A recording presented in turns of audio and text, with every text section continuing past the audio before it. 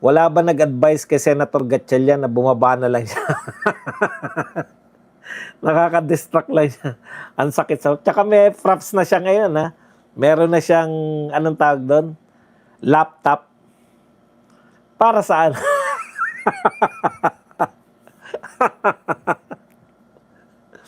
Naalala ko yung joke nung isang komedyante. Dito lang daw sa Pilipinas, yung mga tambay umiinom ng energy drink. Mahilig tayo dyan, di ba? Cobra. Ano ba yung energy drink? Yung, para saan daw yung energy drink? Wala naman trabaho. Loko rin. Si Labrador. Mahilig akong manood sa mga komedyante. Para manood ng live. Para... Kasi nung una walang laptop no? Talagang kitang-kit. Pero nagbubukas ng mga notes pa kunwari. May notebook siya, tsaka what if lang ma-impeach si VP Sara? Sino magiging Vice President? Si Chis or si Gatchalian? Alimbawa po na-impeach. Kunwari, next month na-impeach. Ang mamimili po yung presidente. Ganyan po yung nangyari kay GMA. Siya yung Vice President Naging presidente siya dahil pinalaya sa ERAP Ang buong akala ko, automatic Senate President. Iba pala yung succession pag namatay lang. Hindi naman namatay yung Vice President. Kumbaga, hindi naman sabay na wala yung President at Vice President Yung President, dahil pinatalsik siya, nag-resign. Di ba? Nag-resign sa ERAP Tama ba? Tama, no? Nag-resign. Tapos, pumalit yung Vice President. Nag-people power, tapos nag-resign na siya, di ba? Tapos, pumalit yung Vice President. Ang akala ko, yung Senate President, kako si Nene Pimentel ba? Tama, si Nene Pimentel yung Vice President nun. Ay, yung Senate President. Kako siya yung magiging... Ay, hindi. Sino bang Senate President nun? Si Nene Pimentel. Tama, si Nene Pimentel. Ang Senate President. Kala ko siya automatic, hindi pala. Mamimili pala yung naging presidente. Kaya si BBM, halimbawa po na-impeach si VP Sara, si BBM po mamimili kung sino po ang ating Vice President. At si Luis Tro naglalaway, si Win na panis ang laway. Anong role ni SP Gatchalian sa tabi ni Chief Chis? Hindi siya presiding officer Wala siyang papel. Senate President siya, kaya siya naroon. Boss, napaamin din ni Sherwin na suppliers yung pinag-trainingan. O, di ba? Tatakbo ba si Gatchalian? For ano ba siya? Pwede pa ba siya mag-senador? Sir Bad, sabi ni Tulo Laway na victorious. Sabi ni Tulo Laway na victorious. Bakit nag-ano na ba? Nagbotohan na ba? Ganun lang yung propaganda lang yan. Boss, need talaga mag-object ang defense kasi pag misleading yung question. Hindi talaga po mag-object at mag-object yan. Kasi pag ganito, pag hindi ka nag-object, panay tuso po yung lahat ng attorney. Tuso po yan, lahat. Yung level nila yan, pag bigyan mo sila ng butas, hindi ka nag-object, titirahin nila ng titirahin yan. Tignan mo yung ginagawa ni Ligutan. Tinatanong niya, ang mga tanong leading Ang ibig sabihin ng leading, sasagutin mo na lang na yes or no. Di ba?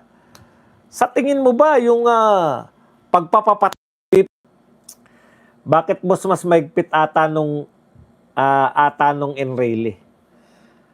Anong ibig mo sabihin na mas mahigpit ata? Marami kasi matatapang nun ng mga senador Maaangas yung mga senador nun, kaya si Enrile talagang kinakailangan niya magmatapang din. Dito kasi konti lang yung may utak na. Konti na lang kasi, ito po Konti na lang yung abogadong senador eh. Mas marami na hindi abogado. Nung panahon na yun, really, mas marami pa yung abogado yata. Kung hindi ako nagkakamali, mas marami pa abogado nun. Boss Buds, punta ka sa FB page DCRH News. Kakalabas lang ng news 50 minutes ago about bail daw. Talaga? Tignan natin. Ako kasi hindi ako naniniwala basta-basta eh. Alam nyo naman ako. DCRH. Official website. Ito, official website to ha. Oh. Wala eh. Dapat headline yun. Baka peking ano yan. Alam nyo, ganyang kalaking balita, dapat headline yan. Kaya yan, nilagay lang yung DCRH dyan. Wala oh. Nasa ano ko ng DCRH eh. Nasa mismong ano. Kaya mahirap po maloko si Badong eh. Hindi po ako basta-basta. Oo nga, sinasabi ko na nga sa inyo, narito po ako sa DCRH official website. Kung si Marcoleta po, na sikat na tao, ay nag-bail, unang-una yan dito sa balita. Kayo naman no. Lahat po na nagaganap kay Marcoleta, una po yan, headline po yan. Hindi po nakatago yan sa ano. Gusto ko lang pong sabihin sa inyo na madali lang po maghanap kung fake news o hindi. Minsan common sense lang eh. Ganyang kalaking balita. Sa tingin nyo, isang dyaryo, isang media lang po ang magre-report niyan? Di ba? Ganun lang. Yun po ang isipin ninyo. Kaya marami po nabibiktima ng fake news eh. Kita nyo tayo rito, hindi tayo nape-fake news. Kasi nga, common sense eh. Di ba? Ang laki pong balita niyan. Nakapagpiyansa si Marcoleta. Hindi, sa tingin nyo ba, isang media company lang magbabalita niyan? Hindi po yan.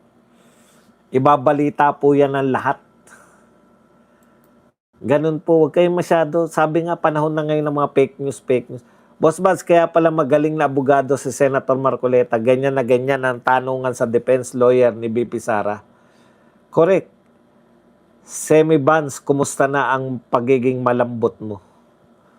Wala, Boss Buds. Mga kakulto, like, look like, pabuti natin na 1K. Oo nga eh, kanina pa tayo 1,000 mahigit oh. Barat na barat, ang dami sigurong baka ginaya lang yung logo ng DCRH tapos akala nyo legit. Tapos huhulihin na yung sasabihin na nagpapakalat kayo ng fake news. Di ba ganyan yung ginagawa? Tapos karamihan, bakit nababan sa FB?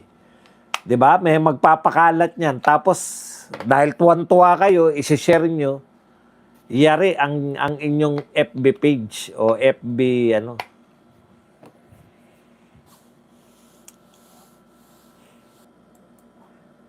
Boss Bad, sabi ng mga kakilala ko na INC po, di pala pwedeng tumakbo basta INC. Timing lang na politiko na si Marcoleta bago naging INC. Talaga? Nauna siyang naging politiko bago siya naging INC? Ganun pala yun.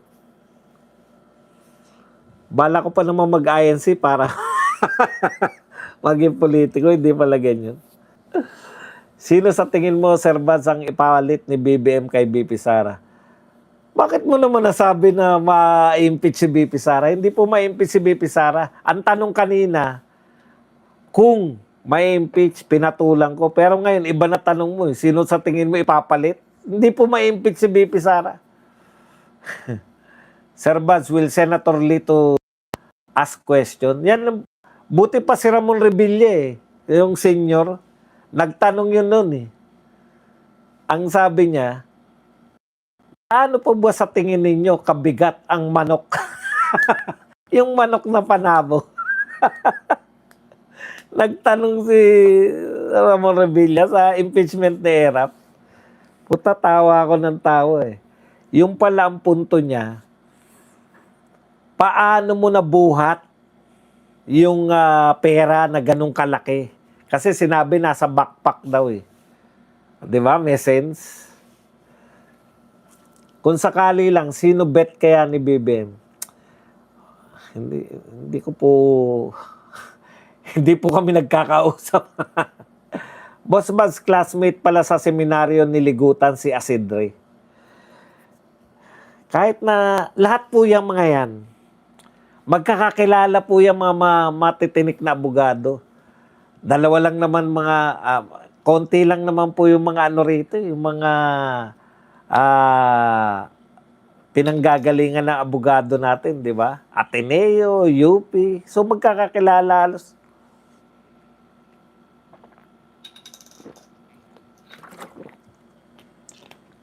Pwede bang ipalit na lang yung robot mo kay Gatchalian para may silbi pa yun? Wala rin silbi yun. Tanong nga natin, ang tanong nyo ba kung may silbi si Gatchalian? Magtatanong tayo kay anong pangalan nun?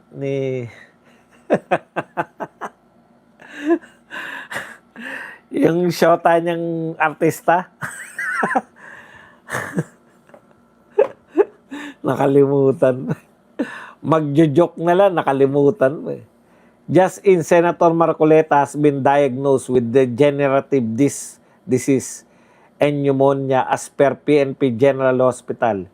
He will need to undergo rehabilitation. Sana po, ano na lang, hospital arrest na lang. O kaya, si Bianca Manalo.